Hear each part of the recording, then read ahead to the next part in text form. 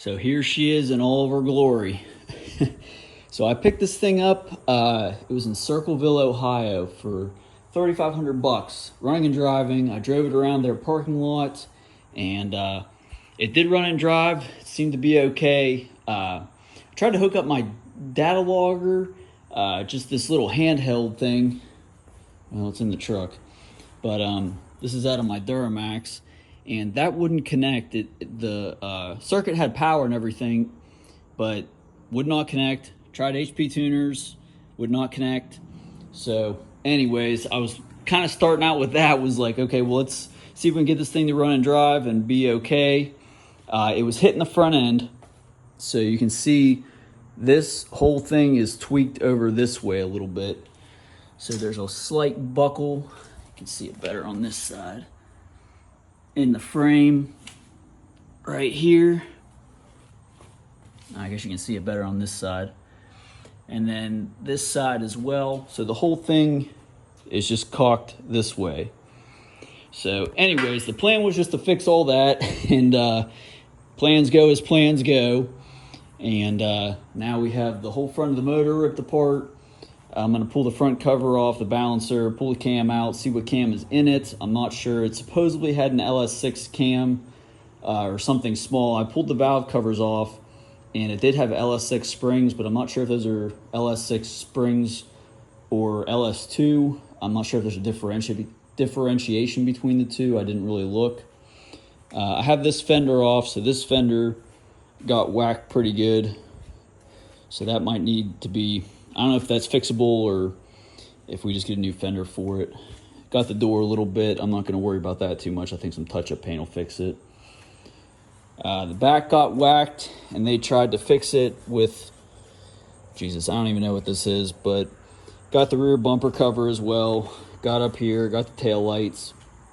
I spent a bunch of time the other day taking off the whole hitch assembly that was up in here, and that was it's sitting right here. That was a bear. I mean, this thing probably weighs 50, 60 pounds, something like that. I mean, between that and then the step that was on it and everything, it was all rusted on there and extremely heavy. So we cut the back bumper out, even though this bumper cover is most likely going to get tossed in the trash. But give it the race look with the trimmed out bumper. This side got whacked pretty good. I'd say worse than the other side. The bumper cover really makes it look worse than it is, but it is crunched in here pretty good. And I pulled some of the interior out to try and push it back through without much luck. So that might be a body shop thing. Again, just kind of low priority. Rear windshield wiper delete. I already did that. Took this off. I guess they make a cover or something. They make something for this to make it so you don't have to have that ugly latch on there. So yeah, this is pretty much it. I guess it's all-wheel drive, has 124,000 miles on it, and like I said, the computer would not connect, so I'm probably going to go ahead and do a Holley Terminator X with the X Max with the transmission control. So it has a 4L70 in it still, I believe. It has a deep pan on it.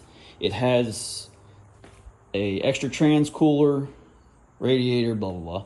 Anyways, so it has some decent parts on it. I'm going to assume since the deep pan was on it, I pulled the dipstick whenever I bought it, and it was in the transmission fluid smelled fine. Changed all the plugs this weekend, put new plug wires on it, fired it up, and it ran significantly better until the check engine light came back on. And I don't know if it is this fuse box, if it is the PCM, which I have sitting over here. I read that this could be an issue too. Anyways, we're going to kind of bypass that because this was supposed to be like a daily driver type of deal, and it's going to end up being like this. Not to this extreme, but I really liked whenever I had the stock 6-liter in this, trying to push it to see how fast we can make that stock bottom end 6-liter go.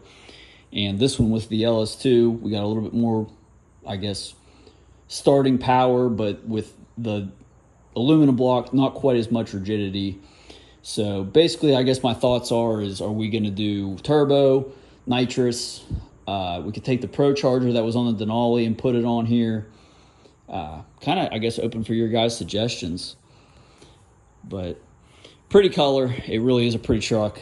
I spent all day buffing it out and making it look clean. It's a 3SS, so it's got the sunroof, leather seats, interior's in pretty good condition for the most part. Has an aftermarket DVD or CD player. Started to pull some of the back seats out and stuff whenever I was diagnosing the electrical issues, but the whole back's in pretty good shape. All the interior panels are out of the back where I was trying to work on the dents in the back. But anyways, all-wheel drive. I guess we'll see where this thing ends up, and just wanted a little winter project that I have started on here a little bit early. So anyways, let me know what you guys think. Turbo, nitrous, supercharger, kind of the whatever we need to do to make this thing boogie. I think it'll be a fun little toy. Be an all-wheel drive. It'll work on the street. I already have some different wheels planned for it, so these will probably be for sale sooner than later. They're all pretty warped. Not warped, but they got some curb rash. These tires are cooked. But I think we're going to worry about the motor first and then worry about making it look pretty later.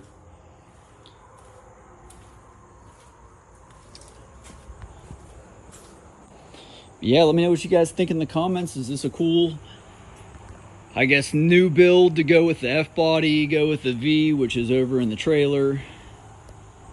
Yeah, kind of see what this thing turns into.